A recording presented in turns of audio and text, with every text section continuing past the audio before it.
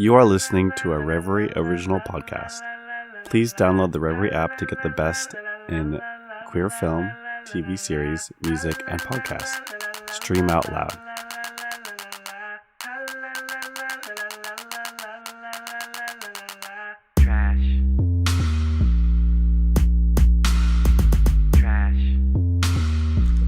Hello. Oh, okay. Oh, I thought that's how I was gonna do it. Oh, I didn't hear you say that because I thought The girls are fighting already. Wait, what was that? No. Huh? What? Anyway, welcome to the chilling adventures of Baze. I'm your host, Baze, the adventurous / huntress, and I'm Rakeem, Miss Chun-Li, the street fighter. Oh my gosh. I'm Pebbles from the House of Flintstones, serving you prehistoric pussy. Wait, what? Oh. Yeah. That sounds very dry, but okay. Renee? I'm Renee, and this is what good pussy sounds like. It's quiet. Silence? If you come through with it, it's quiet. I don't know. I thought you were. Wait. Usually that's when you do it. After you say it, that's what it sounds like. That's Pop Rocks. That's Pop Rocks in the Oh, yes. Oh. Trick. Okay. Put Pop Rocks in your pussy before you sit on that dick.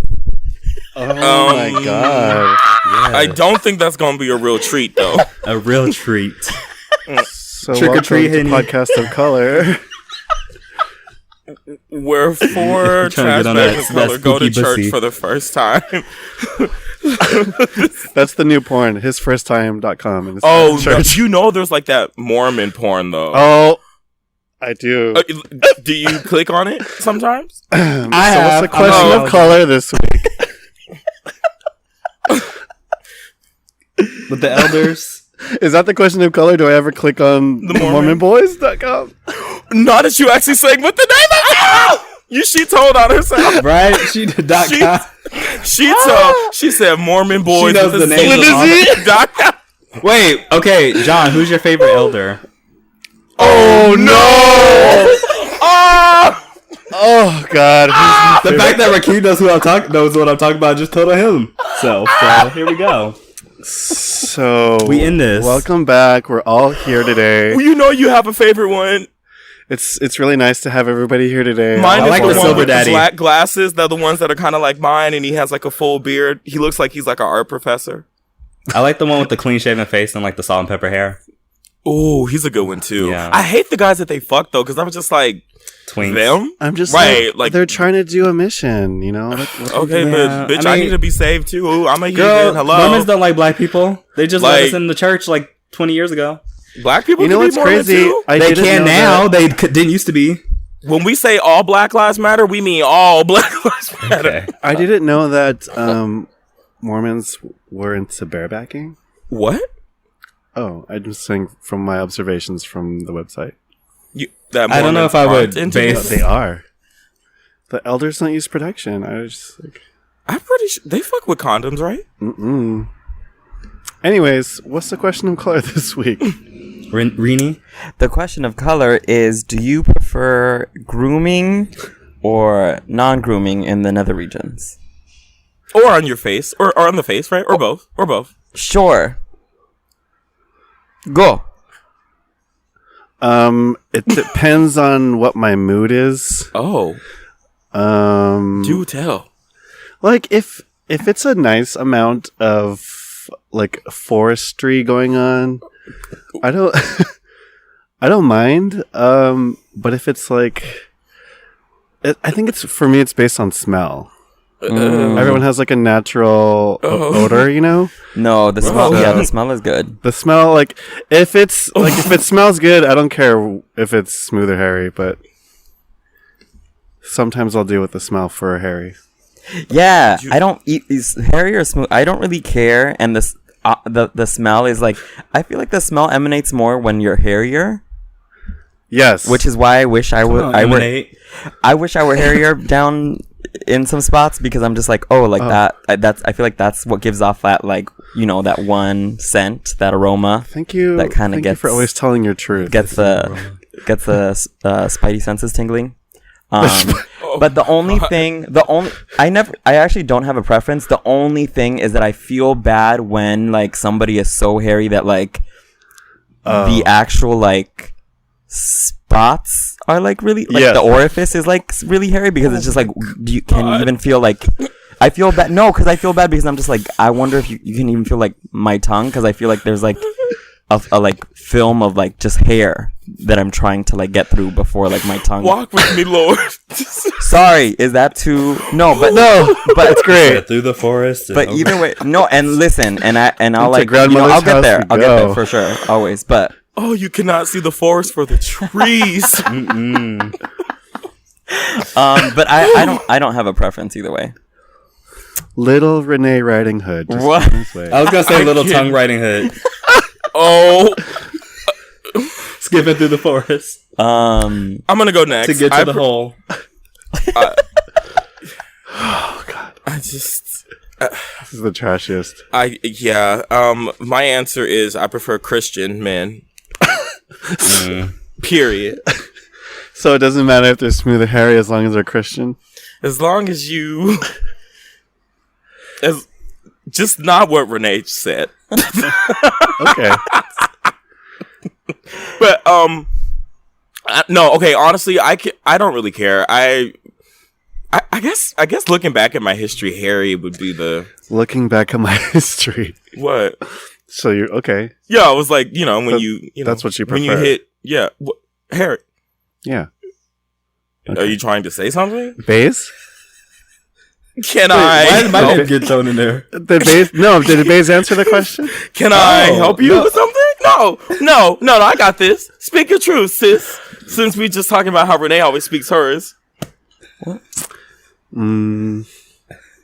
See, when I leave, you want to keep doing this, but then when I come around, you don't want to post up. So how about you say it to me? The things that you were saying about me. It's really nice to be back in the studio. You know, Those pop rocks. even when I'm not on the episode, they still come for me. Oh. But I do it to your face, bitch. Did everybody answer the question? I think Baze needs to answer the question. Okay. Oh, so wait. Excuse me. What was the question again? Do you prefer groomed or non-groomed nether regions? Neither. I prefer pop rocks around the hole. Please, what the fuck is this? Like, is this your pig? Like, what is Wait, this? have you actually done that? Have you actually tried it? No, it's always been a dream of mine. Though. What is it? Wait, Baze, what are you talking about? Actual pop rocks? Like the candy. I'm gonna like screen Why record would you this section ever- and send it to somebody I know so that this dream of yours could come true, Baze. I know how important it is to you. Okay. I want to hear back. What's the feedback? Has anyone attempted pop rocks? No, I really don't. I really don't care. I'm worried. No, Email don't us. actually. I'm curious too. I really no. don't. You know what? I might be the one. I'll let you know. Oh my God. Oh.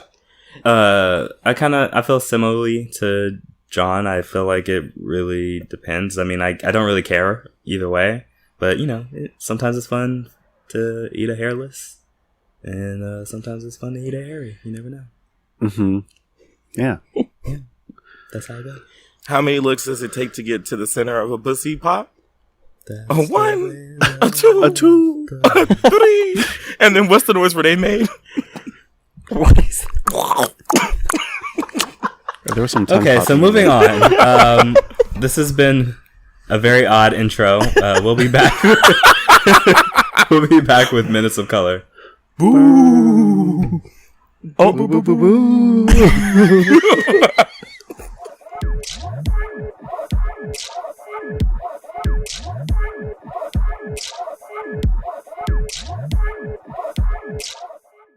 Hi, welcome back to Podcast of Color. Shit, what did we start with? Yes, hello, can I help you? Any commentary Hello. from the Peanut Gallery would be greatly appreciated. What's on the docket? What? Yeah. What's on the docket? Oh, y'all don't know? Oh, okay. Megyn Kelly got fired from NBC finally. Period. She Yay. had a segment where she questioned the validity of being, you know, offended by blackface. Like, oh, it should be fine because it was fine when I was a kid. Which was it though? Because I just think maybe she probably didn't care when she was a kid and didn't have to care because nobody brought it up to her. Because so I don't know, but I don't know. It's actually kind of funny to me because I'm not really applauding NBC for this because they knew what they were getting when they hired her. This is the same woman who I don't even remember all the shit she said, but the thing I remember the most is the Santa Claus thing when she said that black people couldn't be Santa Claus. So our Santa Claus couldn't be black, and so like I think that NBC knew exactly what they were getting when they hired her on late last year. And so I just think that they're kind of punishing her for being who she is and for being what they hired, basically. I don't know. What was y'all's thoughts on that? I think you did a pretty good job. Megyn Kelly and not Meghan Trainor. I mean, Meghan Trainor too. Throw her in there. No, I didn't. Sorry, I meant Meghan McCain. But honestly, they're like all the Megans. Honestly, all the Megans. They blend together into one. They do look alike. Oh wow. I was gonna say Megyn Kelly and Meghan McCain are like the two people that irk me most out of everyone that's in like the public sphere, and like they do this thing where it's like, oh, I'm a conservative, like, and I'm not speaking loudly or yelling or using slurs, so what I say is not evil. And it's like, no, bitch, you say some really like terrible, like egregious shit. And I'm glad that she's losing her job, but she's not even like losing her job. She's just getting moved around, so she's still gonna be there, just in like a different technically position. But they're trying. Basically, what's happening right now is that she is off air, right? So she's still technically employed by NBC. They're now having exit talks, but the issue is she doesn't want to sign an NDA. They want her to sign an NDA. She doesn't want to sign an NDA. And so that's what's happening. That's currently what's happening right now. Because she wants to make some book money. Yeah. And she's also claiming that the sources or whatever that have been speaking to the public are claiming that she wants out as well. Like she's wanted to get out for a minute. I don't really buy that. I honestly, from everything I've been reading, is that doesn't fit well in that group on that, not the set. What is it called? I don't know what you would panel. Not even the panel, like Al Roker and like a bunch of other people that are on NBC, the morning show or whatever, are like a supposedly like a family, and she's kind of like the odd man out in that situation. And a lot of people have just been offended personally that work at NBC by some of the segments that she's had and like some of the things that she said on her show, allegedly. So apparently, like a lot of people are not going to be too sad to see her leave. It's just. It also, I want to say that I'm not having this conversation anymore about blackface. I'm not, because I don't believe it's genuine. I believe that feigned ignorance is like a tool of white supremacy, and I don't believe that white people are stupid enough to still not understand why blackface is offensive to black people. So at this point, if you in blackface, you just catch your hands on sight, and that's what it is. Like, we're not going to have a conversation about it. We're not going to go back and forth. Like, it's just what it is. If you don't know in 2018, then you're going to find out. Right. Yikes. And just like maybe like offensive costumes in general, like, and not to say, and not to be like, oh, well, they all like are equally as bad, but like in general, I feel like I'm seeing like a lot of costumes where people are just like, oh, like it's just a costume, or like it's a joke. Or whatever, and they're kind of hiding behind the guise of just like, oh well, like, you know, this is just kind of some light humor, but it's like some really fucked up shit. Yeah, I've seen some like fucked up shit this weekend and I don't want to go into too much detail, but it's just like, what? I don't understand why, or I do understand, but it's. Don't pretend, or don't like. I feel like people are using this Halloween as an excuse to be like offensive. Like this is their this is their like ticket to be like, I can do some fucked up or say some fucked up shit in the name of like this is just a costume, or this is like a joke. Do you know what I'm saying? And so and it's fucked up. There was like a couple of people I know were arrested for going around and putting some stickers, like putting on like stickers on like some fucked up costumes and being like, this is actually what's going on. This is why this costume is fucked up or whatever. And like one person I think was arrested and then was forced to then buy all the costumes that they had put those stickers on. Yeah. It was like, you're either going to jail or you have to buy all these. That's crazy. So yeah, just like, you know, everyone knows better at this point. Everyone knows that better at this point. So like, please stop with the bullshit. Oh, word. Yeah. Can I bring something up? Oh yeah. Yeah. Go for it. Have y'all been watching? Don't make fun of me if this is a little corny, but have y'all been watching Jada Pinkett's Red Table Talks? That's No. we're not gonna. No, but I've seen clips of them like on Twitter, but they mostly make me angry because my family will never be like that. Oh, sorry, but what about it? No, it's just nice. I think it's just nice to see. It's just nice to see like a family being like, I guess, very kind of open to dialogue and open to like each other's thoughts and like just kind of like the dialogue that they have and these ideas of like traditional families or traditional marriage that they're kind of like breaking down. They're like, why does it have to be like this? And like, actually, I want it to be like this. And like trying to kind of really speak to their own needs while also like, growing together. I don't know. It sounds really corny and like, usually y'all know, like usually like couple shit like really annoys the fuck out of me. But, and especially if it feels like performative or like we're always perfect, but they were just like, we went through this, we did this, like this was really hard, blah, and like, it's just nice to see like a family kind of, cause I definitely didn't grow up with this. And I'm sure that a lot of y'all or the listeners didn't either. But it's nice to see a family sit down and be like, without kind of like, maybe like toning down the ego and having like a full conversation about like what family is about and like what marriage is about and like what love actually is about. But that sounds nice. I think I got to start watching. It's really nice.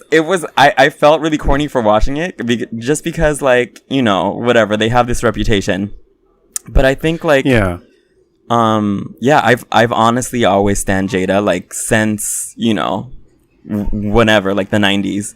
And, yeah, I think she's, like, incredibly smart, and she has, like, I think all of them have, like, a great amount of emotional intelligence. Have y'all seen any of the clips, or?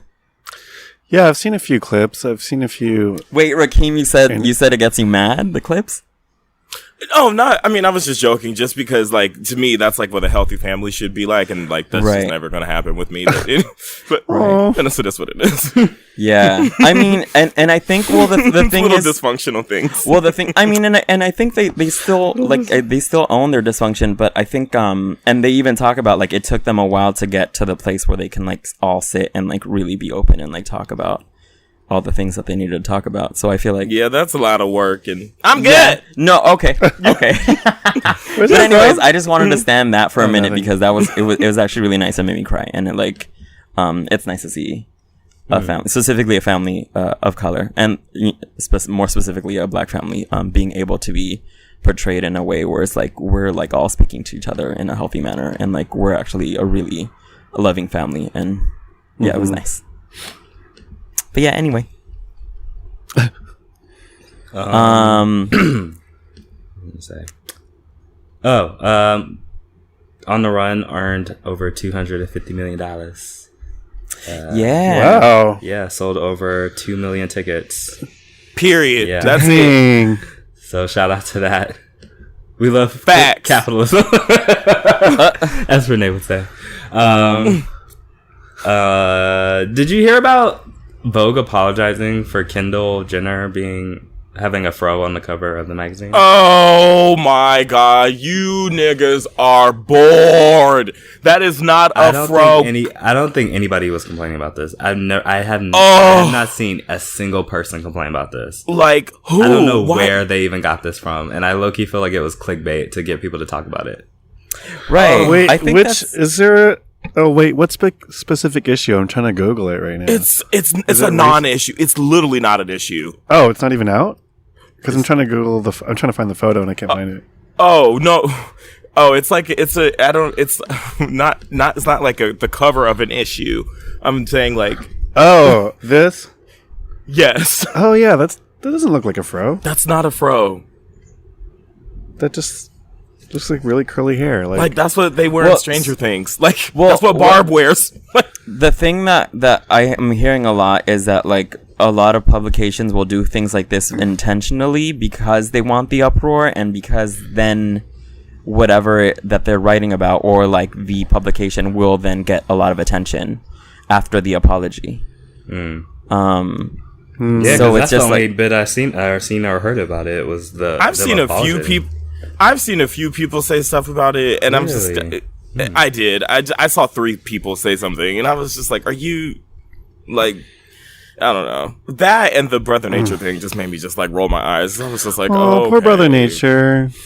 Oh, we talked about that last week, but I know I was listening, and so I was like, started watching his videos. I'm like, "Yeah, guys, just leave him alone. He's just taking care of some animals." Like, y'all aren't stealing my joy for that. Sorry. Yeah, sorry. He's out here feeding like malnourished deers, and you're like gonna bring out tweets from malnourished. They are episode 76. Malnourished deers, and like you gotta bring up some tweets from like 10 years ago, like or how long ago? When he was like 12. Jesus Christ. Yeah. Anyway. Yeah. Did you guys see that video of Tan France styling Hassan Minaj? No. What's going? Do you know who either of those people are? I know that one of them is from Tan is from Queer Eye. No. Yeah. So Tan France from Queer Eye styled Hassan Minaj. A comedian. Yeah, he has a new Netflix show called The Patriot Act, and it's sort of like it's sort of like it's sort of like the Daily Show. It was it was really cute, and it was just fun to see them like kind of bonding over like being brown, and I don't know if Tan is Indian. I think he's Pakistani, but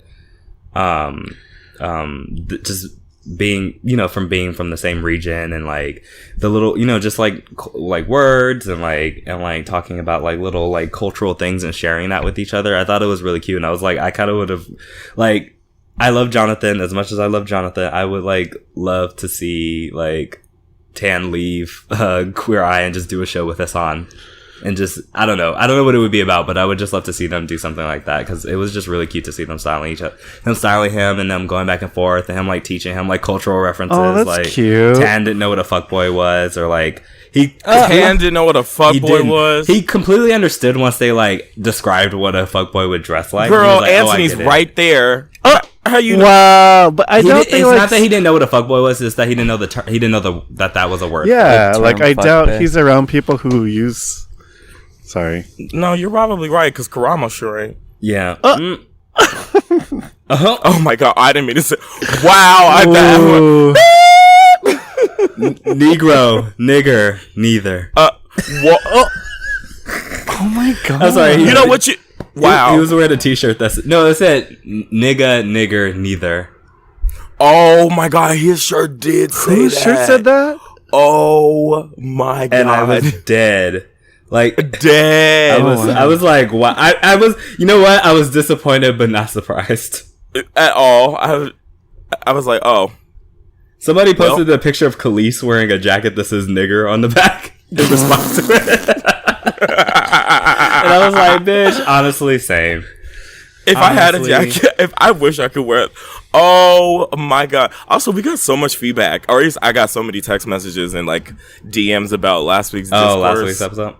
Oh my god, yes. But which was great. But anyway. Yeah, so anyway, we're gonna sober up a little bit. We're gonna talk about some doc shit, because this past week has been like heavy as fuck. So heavy. Huh? I said so heavy. Yeah. God, I mean, so much. So a man in Kentucky walked into a Kroger grocery store, and shot 2 black people. I'm not gonna even mention his name because it's not worth it. He went initially before he walked into that grocery store. He tried to enter a black church, And it's widely believed that he was trying to recreate Charleston, which I don't know if you guys, I'm sure you remember, 9 black people were killed in a church by a white supremacist. That what's his name? Dylan? I don't remember. It doesn't matter. The Boca white boy. Doesn't matter. Yeah. And Boca. that's how I remember him. I mean, yeah. And so he did that, and then another dude. So then another dude walked into a synagogue in Pittsburgh, Pennsylvania, and killed 11 Jewish people after screaming that "You will not replace us." Oh my god. Yeah, and they've like been combing through his online shit, and he's like been talking about like all kinds of like just crazy conspiracies about Jewish people, and and then this all happened after there was another attempted terrorist attack. I don't remember this guy's name, but he's actually brown. Sent bombs to the Obamas, to the Clintons, to Jesus. What's that guy? Soros? Right. It's like I forgot Greg Soros. It's a Greg Soros, who's not even like a politician. He's just he just donates money to the Democratic Party, and a number of other people. This is a Trump supporter as well. Yes. Right? So they found later on that he was like been to Trump rallies, and it even came out later on that he became radicalized after his mother kicked him out of the house, and he had to live in a van. His mom kicked him out in 2015, and after that he latched on to Trump. Then just went gung-ho with it and started making bombs and sending them to politicians. And of course, unsurprisingly, they were all people that Trump has personally attacked in the media, CNN. And it was actually kind of crazy because I was on my way to work and I found out on Twitter that it was happening, and I work right by the CNN offices. So I was like, oh my god, like it just tripped me out because I was like, nothing actually happened, but to be like so close to where, for the second time, to be so close to where something could have actually happened, because maybe you guys didn't hear about this, but last winter some guy tried to blow up, I don't know if it was I think it was Times Square, and I happened to be on the train, and I had to work at I remember this. You talked about it. Yeah, I had to work near Grand Central, so I had to pass through Times Square, and it ended up only hurting him. It didn't hurt anybody else, but it just was like, I was telling my supervisor, I was like, we're gonna have to have like terrorist excuses for being late to work, because they already give us commuters. I was like, they don't need to give us terrorist ones too, because I mean, this is the second time within the last year that I've been late to work because somebody like tried to harm somebody else. So it's just, this week has just been a lot. It's been like a constant attack, and I forgot that. Let me look up this nigga's name. In Brazil, they elected a white supremacist. What's this nigga's name? Bolsonaro. Bolsonaro. Who he initially was like on a fringe, and I believe that he was kind of looked at the same way that Trump is looked at initially, with disregard. Oh, he'll never be the president. And then he just slowly like won his way into a lot of racists and homophobes' hearts, and now is president. Apparently he's for tearing down the rainforest, to make way for like building things, which sucks because the rainforest is so important to our environment, and is so important in the battle against climate change. He's, like I said, he's homophobic. He's incredibly racist, incredibly anti-black. He's talked about killing or getting rid of his political opponents. So, did you see that video of him? Like a news reporter was like trying to talk to him, and he was, I think Travis posted it on their Instagram, and he was talking to this female reporter, was like, "You're lucky, like I wouldn't even rape you because you're not worth my time." He was talking about like, a congresswoman. Congresswoman. Yeah. And I was like, God, I can't believe that guy is the president. Yeah. Well, now, yeah. So a lot of shit is happening right now, and it's hard to really feel like hopeful. People are actually voting for that guy. Like, I don't know. Just reminds me of what's happening here, but like worse, I guess. Yeah, and that's what they're saying, right? He's like worse than Trump. Yeah, and in response to the synagogue shooting, Trump said that it's not. Well, they asked him if he was going to speak out against guns, and his response was they would have been safe if they had more guns at the church, which is funny because 3 cops got shot trying to take this guy down. So apparently, guns did not significantly help the situation, or are not enough to save lives. So, yeah, I don't know. I don't know what to actually say about like in terms of opinion, because it sucks. No, yeah, this is just like reflecting and like pointing things like this out, and I don't know.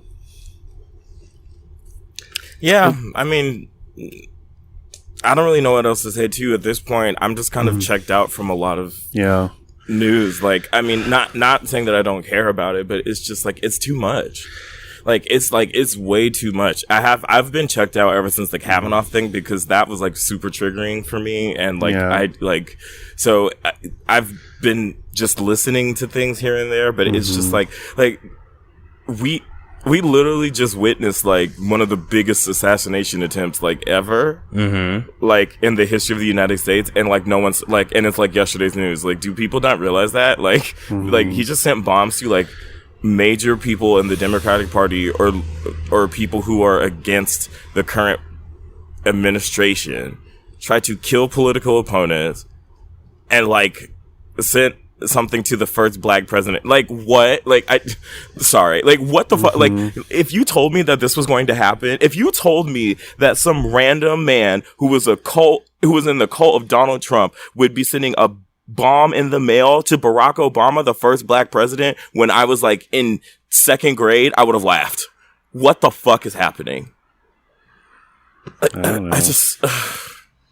And then it's like you have fucking Nazis running around, like, and people act like that's normal. People on the news don't say shit. It's like, it's exhausting. Like, I don't, like, what, at this point, it's like, all I want to do is vote on midterms and then burn shit to the ground, because like what else is going to happen? No one is going to save us. No one, that's not going to happen. Like, if that, who?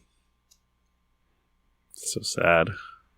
Anyway, I mean, that's dark, but I'm still like, I feel like I'm still, I spent last week trying to distract myself from like last episode's news, you guys talking about like the legislation regarding trans folks.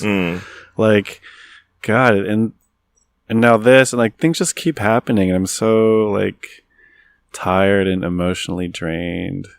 It's exhausting. And I feel like really shitty, because I was thinking the other day, like, this is going to sound really shitty, but you know how like in The Simpsons, in the intro, there's like that scene where Homer's like working in the factory, and it was like days without an accident, and like he makes an accident and the counter goes back to 0. Like, I was thinking, how long has it been since the last shooting? And I'm like, wow, look how good we're doing. And then like, and then now here we are. And it brings me back to like, fuck. Like, there was a school shooting, and then I think it was today. There was a school shooting today. No. And then classes continued. Like, someone died, and they kept the students there. No and they had to way. continue. Yeah, like, and like, no. Where was this? I saw that too. I don't know where, but it happened. Oh my God. I've been looking. I haven't actually seen anything about this school. I saw it in the comment section of another story. So I haven't actually seen like where this actual school thing happened. Someone got shot at school, and then everyone went back to class. Someone got shot at school. They did not cancel classes. Fuck. Are you like, someone kidding? died. I didn't know that. Yeah, if they actually That's made people crazy. come back to class after that, like, that's like, this is how normal this thing is, that it's just like, okay, well, we're not gonna let it like deter our schedule or like our regular routine. And it is fucked up that like this is kind of just the environment that we live in, and under an administration that has like allowed a lot of these things to kind of feel like normal. And even like not even just normal, but even like encouraged by the administration itself. I'll read the tweet right here too. It says, update, classes will remain in session at Butler High School after shooting. Oh my god. Yeah. You know, it's crazy. When I started I don't know if either of you guys have experienced this yet, but when I started my new job, almost a year ago now, like, you know, we practice these fire drills and we practice these like earthquake drills that are part of the new employee intro or whatever. And like now we have to do these like active shooter drills at work as a competency every now and then. So they make us watch this video of like what to do when someone with a firearm is in the hospital or at the job. And it's like, that's how normal it is now, that when you're hired somewhere, this is part of our training. Yeah. Right. Like, we shouldn't have to this is the last thing we want to worry about when we're already stressed out at our job. You know, like, if we can't feel safe at our job, then what the hell? I haven't felt safe at my job in years. Oh. I'm just saying, like, on top of the stress about worrying to keep my job and having to make money and make a livelihood, now I have to worry about getting shot at my job. You know what I mean? Yeah. Like, anyway, sorry. That was really dark. Sorry. Okay, so like, let's lighten it up a little bit. This ghetto bullshit. Yeah. So do you guys know who Brittany Renner is? Guinness. She's an Insta baddie. That's what I think she is. I don't know too much about her herself, but she's come out with a tell-all book about the men that she slept with. And Joe Budden got into it with Scotty Beam on his show over it. And I saw this shit where he was like yelling over everyone. He was screaming at her and screaming. Ugh, he's gross. And yeah, sorry. It just was like, it was interesting because he's like screaming at her and she's trying to like make points like about, you know, women owning their sexuality and talking about their own experiences. And he's like telling her like women empowerment, like he's trying to explain to her what women empowerment is. It's like, women empowerment isn't excusing everything that women do. It's not this, that, and the third. And she's like trying to explain to him like, yes, this is my point. And he's screaming at her. Like, he literally looks like that meme of that white boy with the veins popping out of his forehead. You know no. Yes. Okay. Yes, I've seen it. He's like stroking out at this woman. And it's it's crazy because, I mean, I think that maybe that's that particular conversation, whether she should be writing a tell-all book with like everybody's business in it, is like up to who, you know, it's how you personally feel about it, I guess. But I just thought his whole approach to her and the way that he was like shouting her down and the way he was like trying to mansplain things to her, and when she was still conversing about like, she was like, well, men do it too, men talk about their shit. Valid, men talk about their shit in their music all the time. This is her way of talking about her shit. You know, and he's like, who hurt you? Like, this is his response. It's very patronizing and misogynistic. I don't know. I just thought it was really shitty of him. And I just thought, like, I don't know. I didn't know if y'all had any other thoughts about that. No, trash. Okay. Okay, then I guess we can, what? Oh, I was just going to say, like, this is like when breakups happen and people will tell you their version of the breakup or whatever. And it's like, I read this quote that was saying something like, if you, what is it? That if you wanted a better, what was it? If you wanted a better reputation in someone's story, then maybe you should have behaved better or something like that. Does that make sense? But this is Joe Budden, so that's the problem. You're expecting a lot, so yeah. Yeah. Sorry. I still remember that. Remember the Migos interview with Joe Budden? When he like got up and was trying to like fight or whatever. Yes. Yeah, Joe Budden is trash. Was that them? I thought that was Academics. Was that? Academics. Are you talking about the award show where they got up? Was that? Yeah. Oh, yeah. Was that not Joe Budden? That was DJ Academics. That wasn't Joe Budden. Same thing. There's one with Joe Budden and Migos. He got into a fight with them? Well, he got up like they were about to fight. God, this man is always getting into it with everybody. Like, can you go take a nap? Yeah. I found out he used to be a rapper. I didn't know that. I just thought he was a talk show host. Oh. Yeah. Speaking of rappers. Thank you. I'm like, okay, so when are we talking? Like, I'm waiting. Wow, what the fuck? How much time do we Well, I was saving it for I don't last. care, bitch. We have to talk about this. I was saving it for last. Anyway, yes. So the girls are fighting still about the same shit. So I guess it started because Hennessy Carolina, sister to Cardi B, was talking shit on Instagram about not Remy Ma. Why do I want to say Remy Ma? What's her name? Ra something. Not Ra Digga, because that's a different rapper. Irrelevant, but yeah. We'll just call her Ra. So she accused Ra, who was the girl that... So Ra was the one that everyone was saying had actually fought Cardi for Nicki, like after the party that they had gone to during Fashion Week. at the bazaar or something. But it didn't. But then Hennessy and Ra got into it because Hennessy claimed that Ra and Nicki were posting everyone's phone numbers. So like Cardi's phone number got leaked. A couple other people's numbers got leaked. And so then Ra was like, I'm gonna do you like your sister if you keep playing with me, basically. Oh my gosh. And then this week today on Queen Radio, Nicki was talking about the incident, and she claimed that Ra grabbed a hold of Cardi and punched her in the head repeatedly, and that's how she got the knot, and that Cardi went home and lied about what happened and claimed that it was security, but it was actually Ra doing this to her. Then she said that she had footage of this and she wouldn't lie about it. But then she also afterwards offered $100,000 to anyone who could bring forth footage. Mm-hmm. Then she got on Twitter and said that she was saying that she also has her own footage, but she also wants somebody else, she also wants someone else to come forward with their own footage, which I don't really buy, because then why wouldn't you just post the footage that you have? Right. The footages, which dictionary.com came out and said is actually a word. So period. Goodbye. Hello. Yeah, footages. It was grammatically Period. We all know Let's what not she means. exactly that. Period. No, dictionary.com said is grammatically correct. So everybody else because they have what common sense. So yeah, so she was talking about this. We know what teamdictionary.com is on.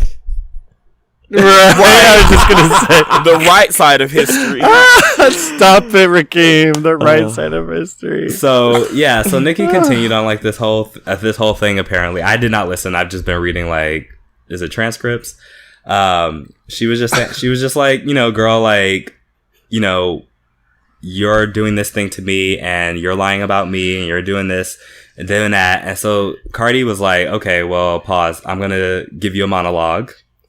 A 10-part monologue on Instagram, and she basically went in on Nicki, and she said, "Sis, you want to be the victim, but you also want to be Chun-Li. So you want to be the victim, but you also want to be the gangster, Miss Street Fighter Chun-Li."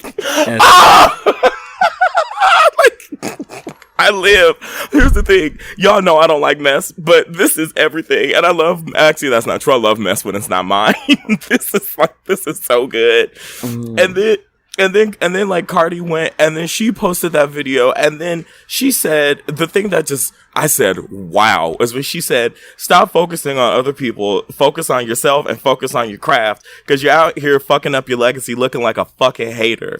Damn. When she said that, I was like, fatality. But did you guys see that when she was like, I'm going to pull up my phone records, and she whipped out her phone and posted her Nicki Minaj's number? She was like, this is her old number. Well, I mean, right. I'm just saying. Like, yeah, but she also went and she showed, listen, everyone has been saying that she's going to dress up as a CVS receipt for Halloween because this bitch pulled out all of them. When she went and she showed the text messages of all the texts that she was getting, then she showed the text of like, oh, your address is leaked and we're going to come and like kill your baby or something like that. Like someone like sent that to her phone. I would be pissed too.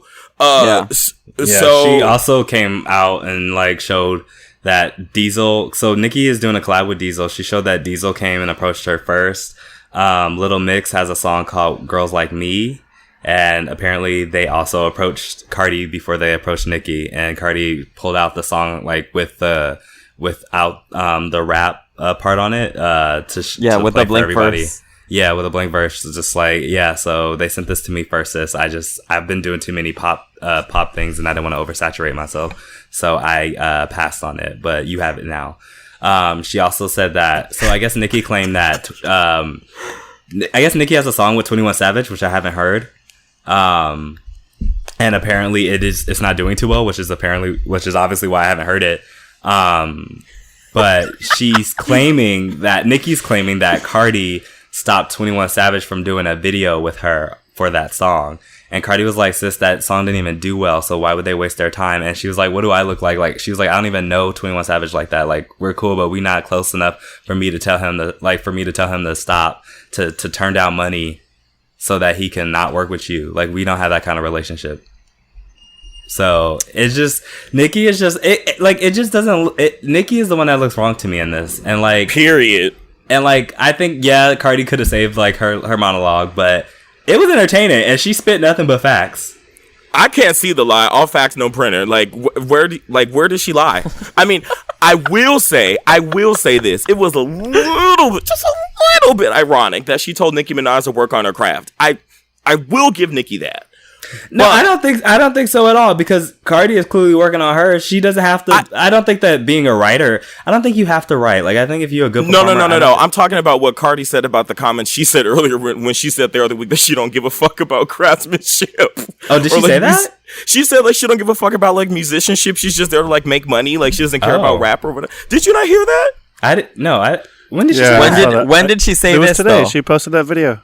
This was like last week or something. No, like this that. was today. No, she said okay. She said She made a video about it today. See, it wasn't in that 10-parter. No. I'm just saying she said numerous times before that she's not like a lyricist or she doesn't care about any of that shit. So I just thought that was funny that someone who doesn't care about that would tell someone else to care about their craft. But I mean, Nicki does talk a lot about how like she does, especially since Cardi came out. She's made sure to let us know that she writes all her own stuff and she works on all her own stuff. But so I think that's I still think it's valid. Like, I think it's valid, right? Since you do it so well. To me, that seems like a Sarah Sanders spin. Like, Cardi said all this other stuff, and you talking about her writing her own verses. She didn't say nothing about that. What about all the other 16 videos that she posted?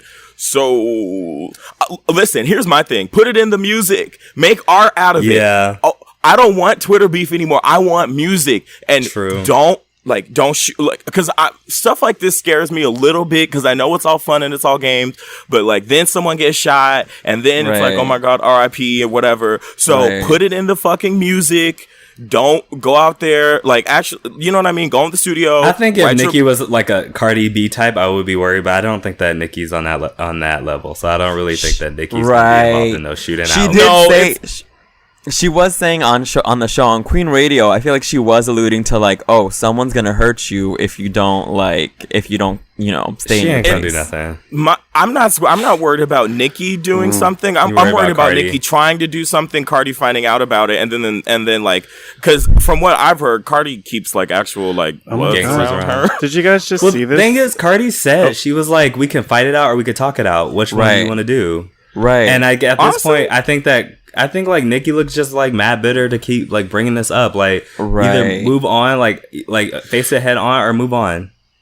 Yeah. Like, still talking about that weekend that happened like 2 months ago. This just happened on the Shade Room, but they just posted that the CEO of Wilhelmina, some guy named Bill Wackerman, just posted on his Instagram that the deal was originally for Nicki. Oh, right. But also on Twitter, though, people are like, see, this is why it's crazy, because it's like Serial season 4, Nicki Minaj versus Cardi B, because they were talking about how Nicki's friends with him and how she probably asked him to do that because normally they don't do that. And like, he posted something on Instagram talking about like, oh, like the real queen or something like that. So clearly, like what side he's on. So yeah, well, I would be on that side too if I got turned down. Oh well, damn.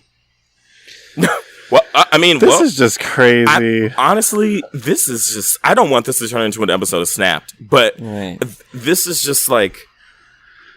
I want it to go away because I feel like something really bad is gonna. I don't have a good feeling about this. Like as entertaining as it is, it's gonna get really ugly when someone gets hurt. And like no one's going to be laughing after that. It's just going to be really sad. I just think Nicki needs to move on. Like, I think at this point, like, Right. it's Nicki. Like, it's Nicki. It feels like Cardi has moved on. Like, Cardi hasn't said anything else about this. In fact, Cardi's responding. It was her Right. sister who said something. Like, Nicki would just do well to just move on and talk about other shit. Right. Yeah. And I mean, Cardi didn't lie. It instead of, you know, kind of this narrative that we had about Nicki about being like, you know, the queen of hip hop, like now it just feels like even if you do feel like that about her now, it just kind of looks like I'm mad about anybody else coming up for this spot. Yeah. You know what I'm saying? Like it just seems like she's kind of like it makes her seem like okay, yeah, she's the queen, but she's insecure about that spot. Yeah. And that's not, you know, that's not really what we know Nicki for before, like prior to this. So Yeah, so it that's is changing her legacy. Yeah, I think. definitely. Just put it in the music. I just want another Sheether. Like, I don't know. And Cardi put it in the music too. Have y'all heard Money? Yes. Oh, bitch. Oh, listen. That when she said in the song that she said she prefers dark skinned niggas, I cried. I've never heard someone say that in a song before. Ever. Like, ever. Right. Think about it. When have you ever heard someone say they prefer a dark skinned person in a song and formation doesn't count because she said Negro knows? But you wouldn't know that, John, because you didn't buy lemonade. But Oh my god. Yeah, I don't. That was my fax machine going off. I don't remember. Yeah, I don't.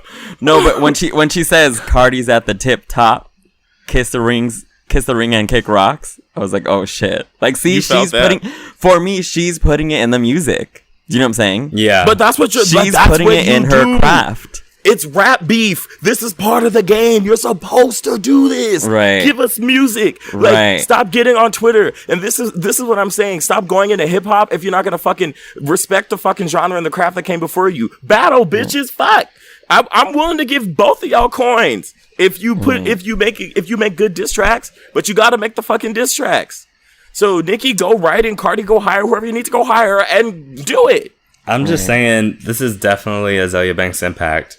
She's Who? influencing all the girls to do these. You think she's behind this? You think she's doing her? Why? Magic? We were doing this whole thing. so. She's the mastermind behind this whole thing. No, I will say, no, listen, I will say, like, I do, because here's the thing. I think a lot of people are just like, Cardi, just like shut up and like, you know, just do your thing.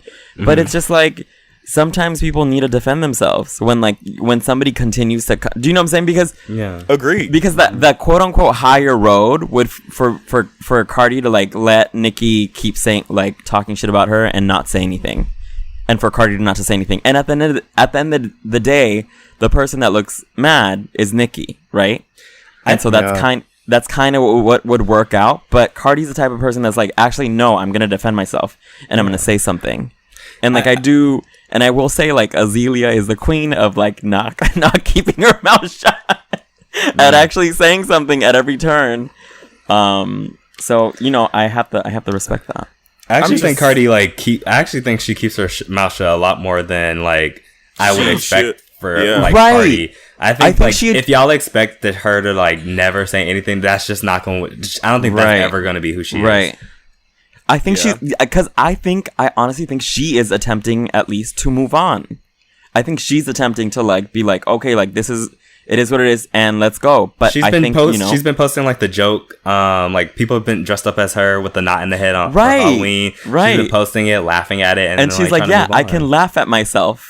Do you know what I'm saying? And did you see the video on Ellen where the girl was like, I'm Nicki Minaj, and then Ellen gave her a shoe and said, this is the thing Cardi B threw at you? No. I'm like, yikes, Nicki's gonna be so pissed because you know Nicki loves the Generous Queen. Ask Miss Ellen. Yikes. Oh my god. Anyway, I think that's gonna about wrap up the minute of Keller. Yeah. So I guess we'll be back with the discuss. Hello.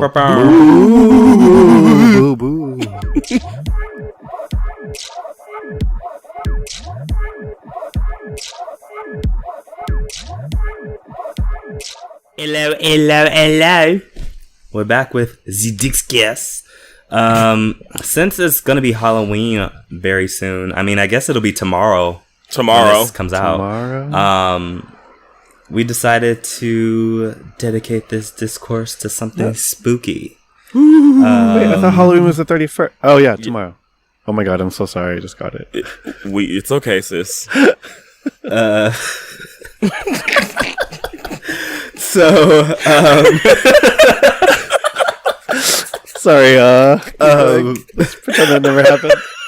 So I wanted to talk about paranormal experiences that we may have had and how we felt about them, what we thought about them. I believe I'm going first. Yeah, go first. I can go. Okay. I can go if you want me to. First. Mine's is really short, so I'll go really quickly. Go. So my paranormal experience was so ever since I was little. Like, I remember the first place I ever lived in. I lived in this this house in Inglewood until I was like 5 or 6, and I remember like being just vaguely aware of like this shadow, and the shadow always had like, it was like shaped like a man, and it had like a trench coat and like one of those like 1940s like Is this a haunting or a hookup? Shut up. Sorry, keep going. What happened? John has one thing on her mind at all times. Sounds like a hookup. And it's you disgusting. said the silhouette of a man. Sorry, keep going, Baze. Anyway, keep going, Baze, please. As I was saying, yeah. So he was wearing like a trench coat, and he had like one of those like wide brim hats, like he. Like, I guess if he was like filled out, he would look like he would look like one of those like 1940s like zoot suit wearing guys. But I couldn't really like, he was a shadow. So like I always just saw like his outline, and then he was dark.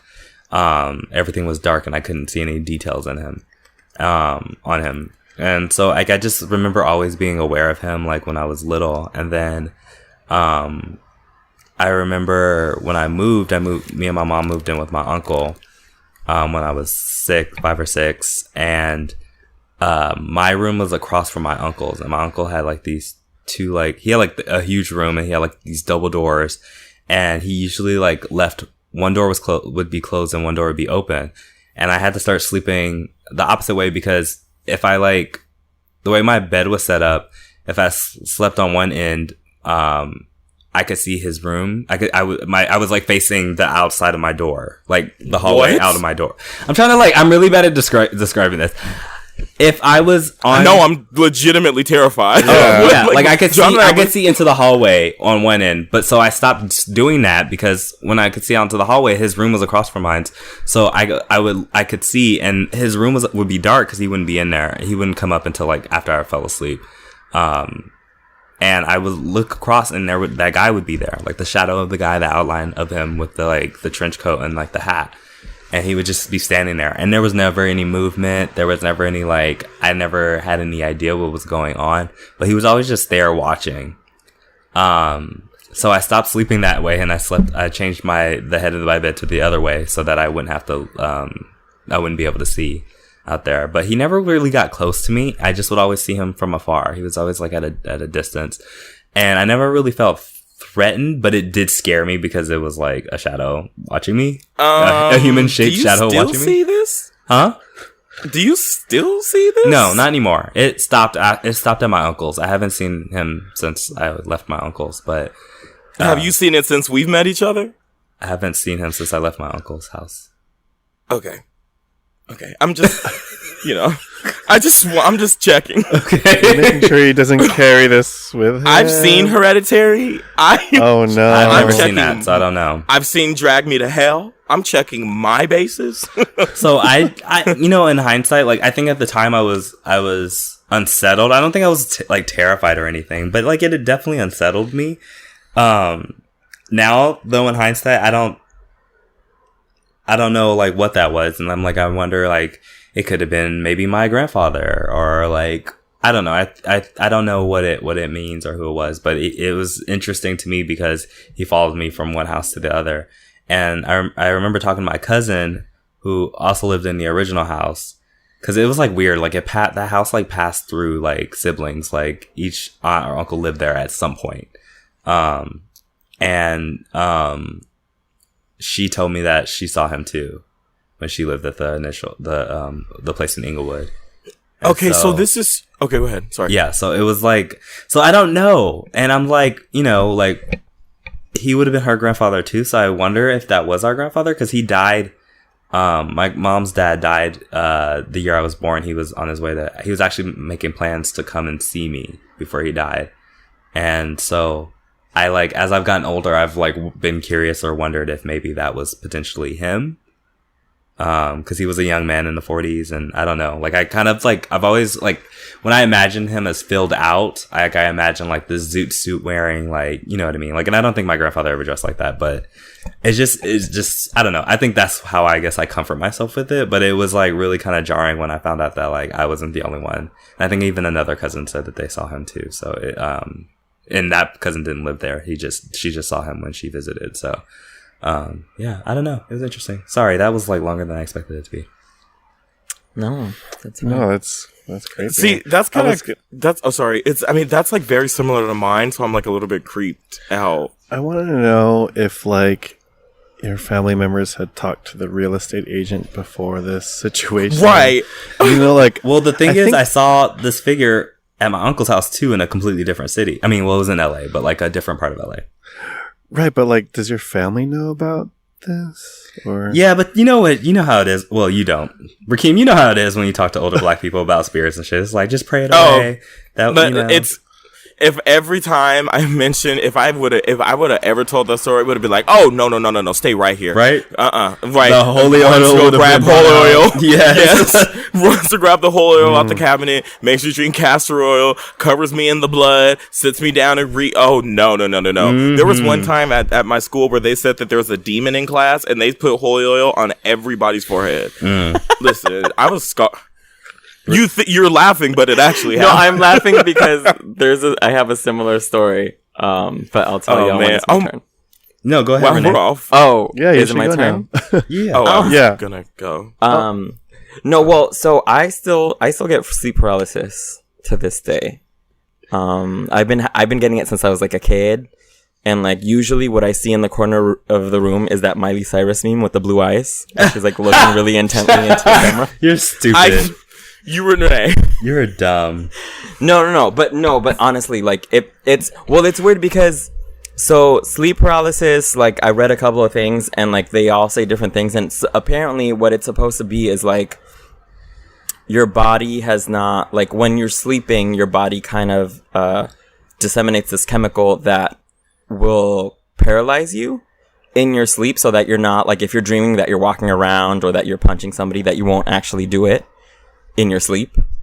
And sometimes your brain wakes up before that chemical has like fully dissipated, and then so you'll like you'll freeze up. But what it also does apparently is then triggers the chemical that tells you that you're in danger. So I have like a lot of moments where like I'll like wake up and like I feel like I'm awake. I'm waking up and then I want to move, and then I cannot, like. And then I feel like something in the room because something is telling me like you're in danger. And so there's been a couple of moments where like I will see like literally like this is a meme, but legit we'll see not Miley, but something in like the corner of the room or like somebody. No, legit. You know what I'm actually picturing? I'm picturing her in that rubber 2-piece that she was grinding on. What's his name? Robin Thicke? Yeah. That Beetlejuice outfit? I just picture her like, I picture her quote unquote twerking in the corner. And me just terrified, frozen. Aggressively twerking it towards you. No, but oh, that's no. He's like getting closer and closer. No, like trigger warning, Miley. So no, but yeah, I'll like, a lot of time I'll feel like somebody's breath on the back of my neck, and like somebody like saying like saying something in like a really like distorted tone. Girl, or is this in the gym shower? Are you sure? Oh my god! I'm every week. Can we go an episode without? Can we go an episode without talking about Azalea Banks? Period. As I thought. This is his catchphrase. I can't deal with this. But yeah, and it's just like, so one time I was asleep and then I woke up and I'm pretty sure, like, I'm going to say that I'm 95% sure that I was actually awake. And I looked out the window and I saw something staring at me, like a face. And it looked angry. It looked like, just looked like not happy with me. And I like, oh my God. It was so intense that, okay, remember in that Haunting Hill show? What's that Haunting Hill show called? Yeah. The Haunting of Hill House. Remember when she says, sometimes you're so terrified. Oh, bitch, you watched it? I watched some of it, not all of it. Oh, okay. We need to talk about it. But there's a moment where she says, sometimes you're so terrified that you can't even scream. You're just frozen. And literally, I was just frozen looking at whoever it was that was outside the window looking at me. Just like, literally, I couldn't even scream. I was there for maybe like, I want to say a good 5 seconds just looking at it. And it was looking back at me. Oh my God. And like, I went to wake up my dad and I was like, Dad, like, there's something there. And he's like, no, you just had a nightmare. No. And I was pissed and I was like, no, there's something there. And he went and got the holy water and spread it on that area. And then the next morning I was just like, Dad, could we just check? Like, I know you think I was just dreaming. Could we just check that corner just to see if there's like maybe somebody dropped something there, if they were standing there? And we went and like all the plants in that spot were all like, cause they had to get up on a ledge and be on the plants and like all of them were like smushed in that area. So there was like definitely something there like looking at me, whether it was like a person or something, like, yeah, I'm not sure, but it was like terrifying. You know what I was just picturing? What? Like you're like looking at that angry face, so you start singing, "Who's that girl I see?" You're so stupid. Back at me. I'm sorry. I thought you were gonna say, I'm picturing that with like a slow hand like reaching out, and it zooms in on the angry face. Sorry. Okay. Like scary movie with this like slap. That's actually really scary though. No, it was terrifying. And somebody told me, I don't know if this is true or if somebody was trying to scare me, but somebody told me that like the spot we were living in, because it was like, it's public housing now, but somebody told me that like before it was a place like a hospice. It was a place where they would bring people to die. I don't know how true that is actually, but like it would make sense because like I would see like a lot of weird shit, like a lot. So, but anyways, the description for this week's episode is going to be the Lord's Prayer because I'll go next. Yeah. Mine was similar to Baze's. It's not anything crazy or long, but like Baze, I had an experience too. So like I've mentioned before that my dad passed away when I was younger, and one night I was like in the bed with my mom and my sister. We were in an apartment, and I think I was in like second, third grade maybe. And I remember my mom had like gone to the bathroom, or I don't know, she wasn't in the room for some reason, or maybe she like went to work. I don't know. And I remember, like kind of turning around and seeing like this like thing that looked like a ghost to me. But I remember the ghost having like some kind of like, it had like textured hair.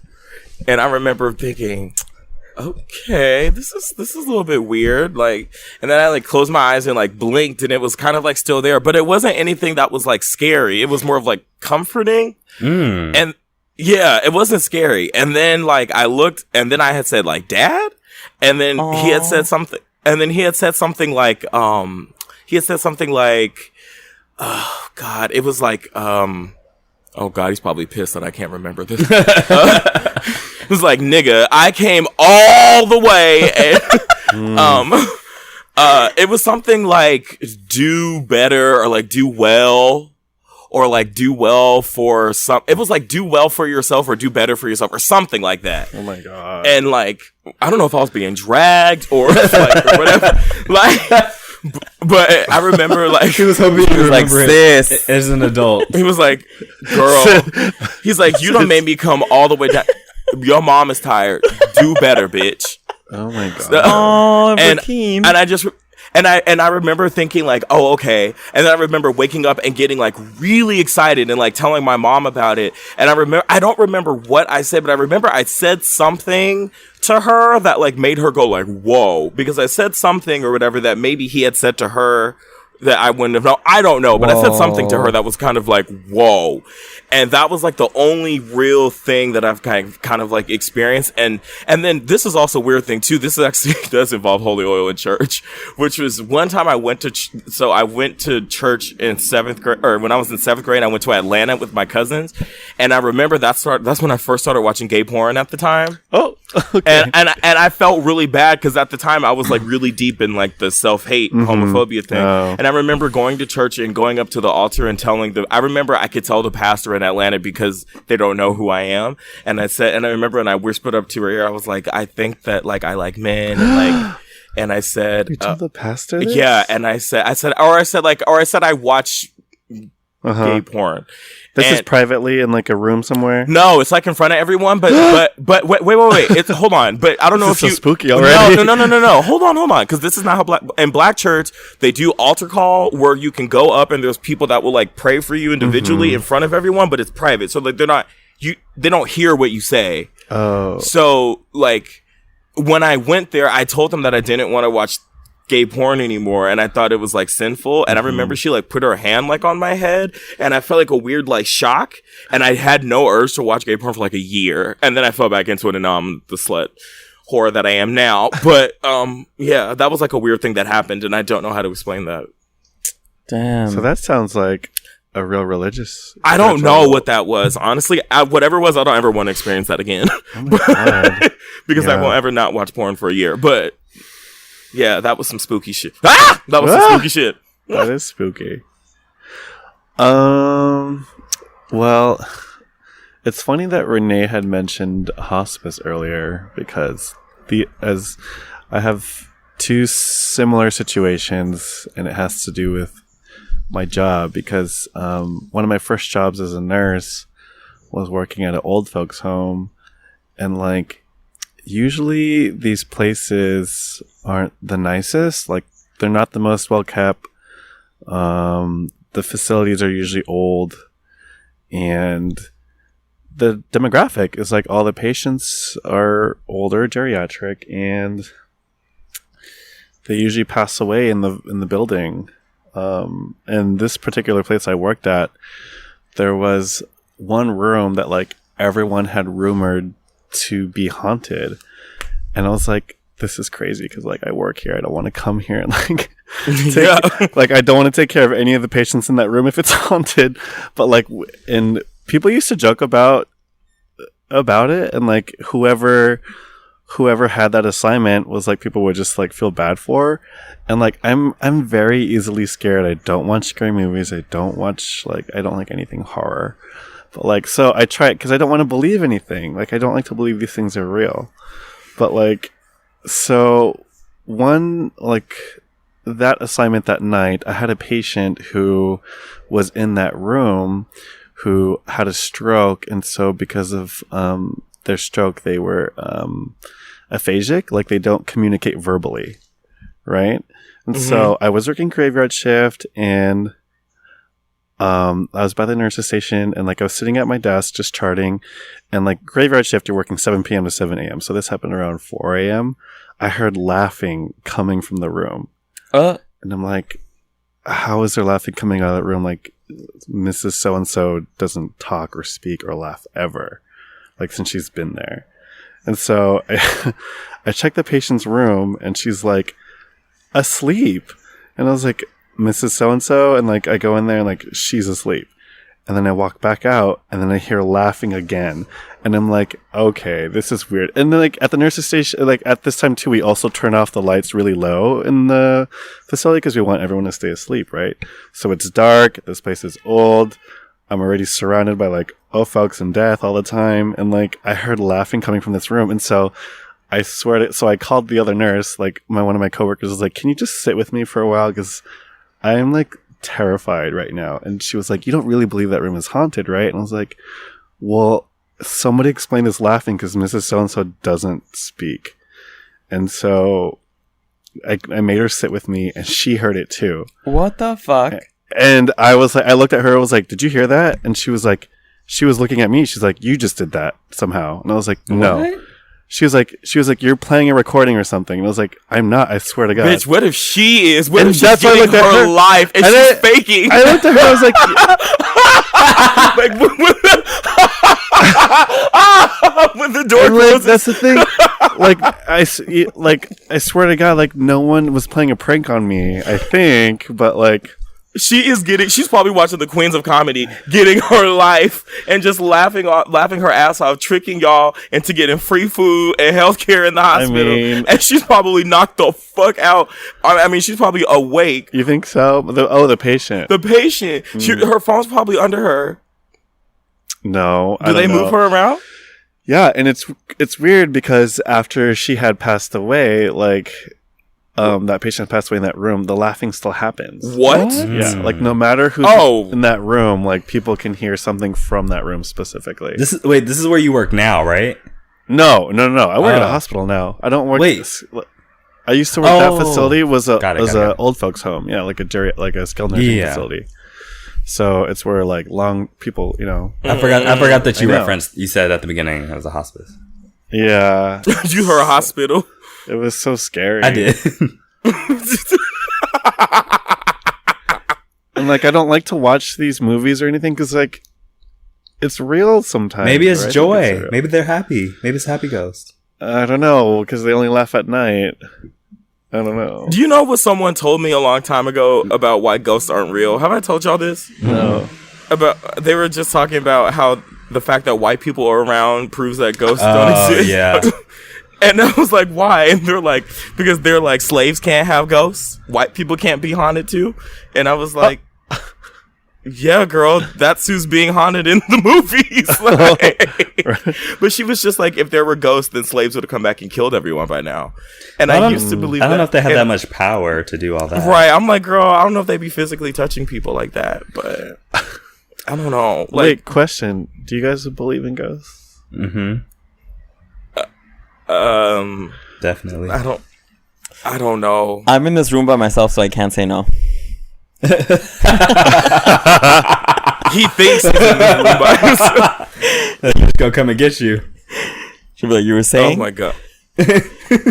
Stiff what? You were saying? Back to that bitch that had so much to say about me in the press.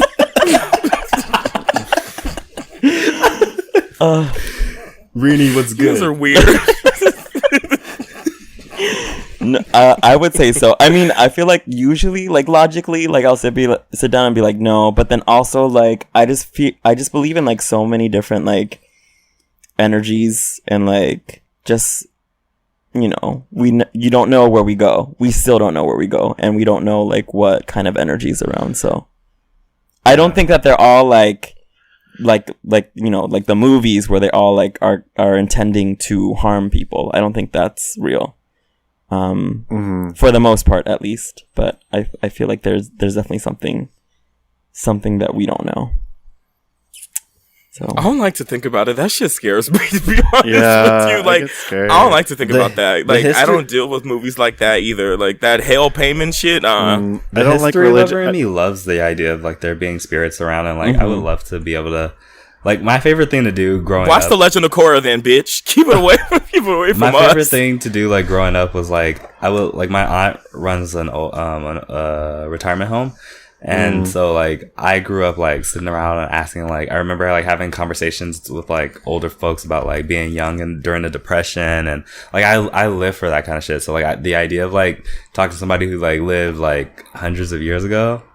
And they're not, like, trying to kill me... I'm with it. Yeah. Okay. Well. No. I don't. Yeah. Yeah. I wouldn't.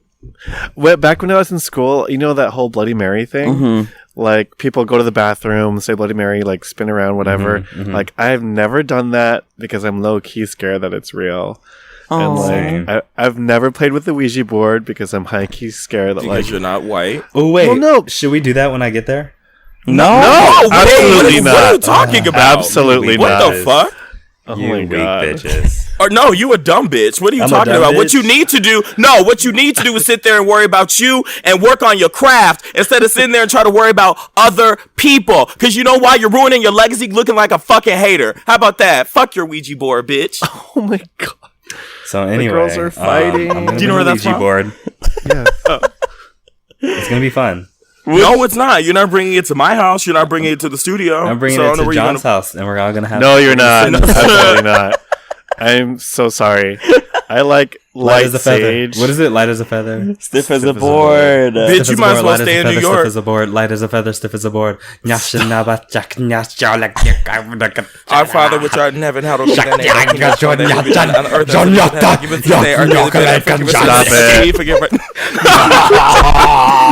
It's weird that if Bay's Harry Potter books away. He's back.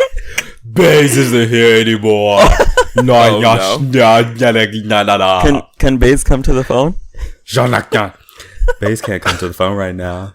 Why? Oh, why? Because he's possessed. Oh no! Look what you made me do. Look what you made me do. Look what you made me do. Look what you made me do. What kind of ghost do you guys think you would have? What kind of ghost would we have? Or would nobody likes me. Oh my god! I'll be the bad. Was it bad girl? I don't remember the rest of that song. I think if I died, I'd be a friendly ghost like Casper. You'd be like a water nymph. Oh my god! Do you get it? Yes, I get it. You'd be like the lady of the lake. Anyways, I'd be mean. Oh, I would fuck people's lives up. Would you? I really would. That does sound like you. Dennis Let them be white. Oh, don't put me in a house with white gays, bitch. Oh, could you? Oh my god, make it happen. A movie about white gays being haunted by black gay ghosts. Oh my god, the enema full of sriracha. The what? Enema full of sriracha. Bitch, I can't stand you. They're switching the sriracha. Wow. Renee has been thinking about this for a minute. Truly. This is not the first time this thought has crossed the pop rocks, the sriracha. He went all the way there. Okay. Well, this has been real cute and scary. Yeah, this has been scary mostly. I'm ready. Spooky bussies. I'm ready to stop talking about scary stories. So I guess we'll be back with Zimel of Keller. Yep. Okay. All right. Boo. Boo. Boo.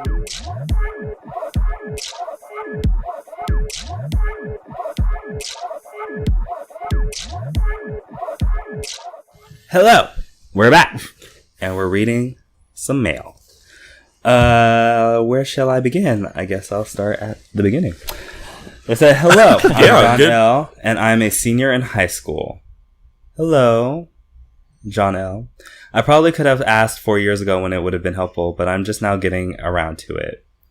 Growing up, I was lucky enough to go to pretty diverse schools, especially in middle school. My teachers were mostly people of color, my friend group was very diverse, and our school definitely cared about inclusivity.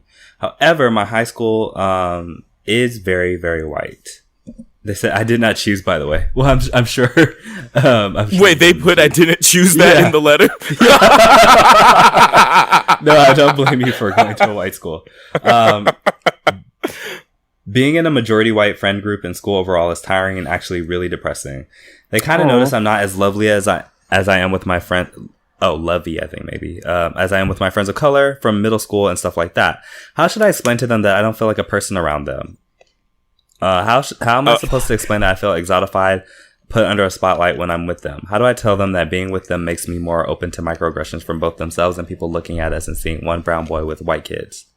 A lot of the times when I manage to go places with them, I notice that the adults seeing us together will notice me the most. I get followed around and they don't notice. How do I explain my experiences as a person of color without having to put on a white filter and centering whiteness? Damn. Renee, you wants to go first? Well, I mean, do I just kind of have to be honest and say it? Because, like, we don't know. Because we're still struggling with it ourselves. Like, well, I feel like Renee being... Oh, sorry. No, go ahead. Oh, no, go ahead. No, I was just going to say, I feel like Renee, being in the Bay Area and constantly being in white spaces and being brown, maybe I have experience with it, I mean, growing up in Santa Monica. What my experience was, and which is harder, which can be hard, because I had very similar experience. The thing with me is I was in a high school that was, I would say, majority white, but there was enough people of color where I was just like, I'm not fucking with that. And most of my friends ended up being people of color. And I think this is a hard one. And it's still to this day, this is something that I struggle with, because there are friends, I have really good white friends and white friends that I feel like are accomplices, and then some that aren't there yet, but I feel like are getting there. And those who like I feel like are not open to growth whatsoever, or open to talking, or you know, or are not open to listen, like I've just dropped. So really, I think just for your own mental health, like what I have had to do, with most of them, honestly, and like even like not even just high school, just like in the last couple of years, the demographic of my friend group has changed tremendously, because I've had to, I grew up in that type of space, and I had to be very, I guess, patient, and I would have to tiptoe around my own feelings, or tiptoe about the things that affected me, so that I wouldn't hurt like a white friend's feelings or something like that, or the people surrounding me, or so that I could be careful with the feelings of the white folks that surrounded me. And so I think this might be a hard one, but you know, the answer might have to be, unfortunately, for me it was, I don't know if other people have other ways of working this out, but for me, the answer was surround myself by people that have experiences similar to mine, because they were the ones that would truly understand what's going on. And then if there were some white friends, you know, that were open to listening to my experience and understanding that they don't know what it's like to be in my shoes, but wanting to, you know, empathize or like be active in a way that like made them accomplices, then, you know, keep them around. But yeah, like I think basically the biggest thing was I was just like, right now, like to this day, the majority of my friends, I would say like 90% are people of color, and about 75% are like incredibly radical people. Yeah, I would just say your best bet is to surround yourself with people with similar life experiences and similar goals. That's good. Yeah. But wait, I'm sorry. Can you remind me? Is this person? Did they say senior in high school or senior in college? High school. Senior in high school. Oh, yeah. I do think it also does. I mean, you know, I wouldn't say it gets better, because I don't want to be Dan Savage, but I feel like you have the freedom to choose your surroundings a little more sometimes once you leave high school, if you're able. Go ahead. No, yeah, that's what I was going to just, I guess, echo on now, is that just, you know, I'm sorry that this is an issue right now, but just to be blunt, like, you're not really going to be friends with your high school friends very long after high school. Right. Like, you're forced to see them right now because you have to, because it's high school. But once you go to college and, like, you know, go out in the world after high school is very different. Like, not to say that I'm still friends with some of my friends from high school, but, the people that I've cut off very quickly are the people who I'm not aligning with, and most of them have been white, unfortunately. Right. So, and like, honestly, I felt bad for cutting them out, but after a while, I feel better, that like I feel less stressed out. I feel less like I have to watch what I say around, or be on guard if they're gonna say something that make me feel bad. Right. That happens less now, because I'm, you know, cutting out people that are irrelevant, and that they have been white. So I guess my advice is like, if you're a senior now, June is a couple months away. It's gonna be better very soon for you. Yeah, I'm hoping. But I would say, meanwhile, because I don't want to minimize the situation that you're currently in. Right. I would say, meanwhile, if you could, you know, see if there's any, I would just try to seek out for now, like, other people of color in your high school, if possible, because I know that's hard if you're going to a majority white school. Well, so that actually wasn't the end of the letter. I don't know how much more time we have, but okay. They also asked. They have a little cousin who's mixed, and they feel like she's being taught that her white side is superior. Whoa! And so Yikes! Yeah, so they want to know how they can tell her that she needs to love and appreciate her Filipino. So I didn't know this; they were Filipino. Her Filipino side without getting spit on by her white father. Oh my god! And they said they can tell that her mom is turning into like an all lives matter anti-SJW person. So they basically end this with, I guess an alternative is, how can I push out this conservative, abusive, gun shooting white man?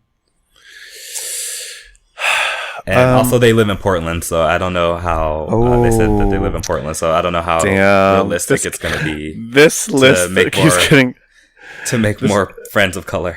Yeah, because I felt like a celebrity when I was in Portland, because nobody had seen a black person in eons, it seemed. Right.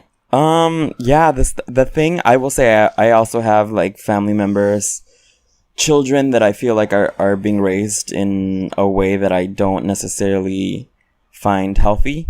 That, and it's very heartbreaking. But I think at the end of the day, like, I feel like do what you can. Like, I try to like slip here and there, like kind of like, you know, some kind of encouragement for the kid to think on their own, because that's ultimately what you want them to do. But you know, at the end of the day, like, they're going to be affected mostly by the people that are living under the same roof, and like only time will tell. Like once they're if they even are able to move out, once they are able to move out, and to see if like they'll claim independence mentally. So that one's always a heartbreaking one for me, honestly.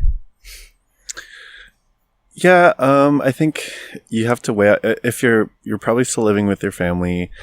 Sometimes you have to weigh out if you're willing to how important these people are going to be in your family.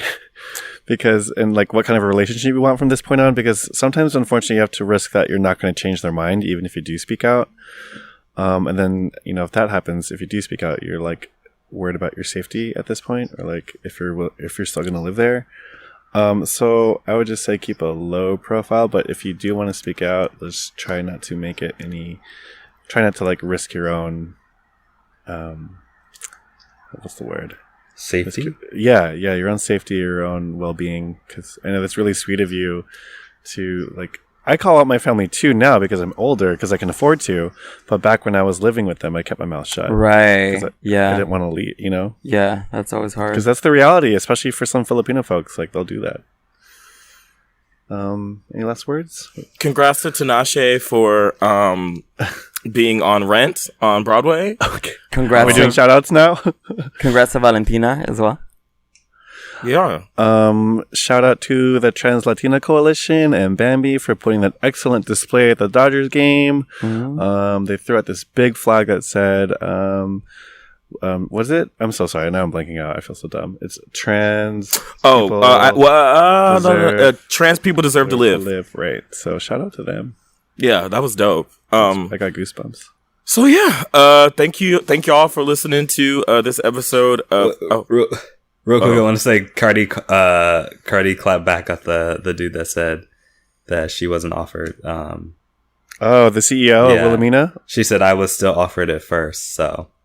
And she posted like the dates and stuff. Oh, she deleted it. Never mind. Okay. Never mind. This is ghetto because the word patience was spelled wrong in it, so I don't know what happened. Okay. Anyway, so you can find us on Twitter at Trash Color, and then everywhere else at Podcast of Color. Feel free to send us any honey roasts or emails or questions you might have to podcastofcolor@gmail.com. And have a happy Halloween, have a safe Halloween. Yes. If you drink too much, don't drive home. Check your candy before you eat it. Wow. Yeah. Yeah. Check your drinks before you drink them. Check the men before you go inside of them. Oh my god. And yeah. Boo, boo, boo. Yeah, boo, boo, boo. All right. And happy birthday, Mom. Oh.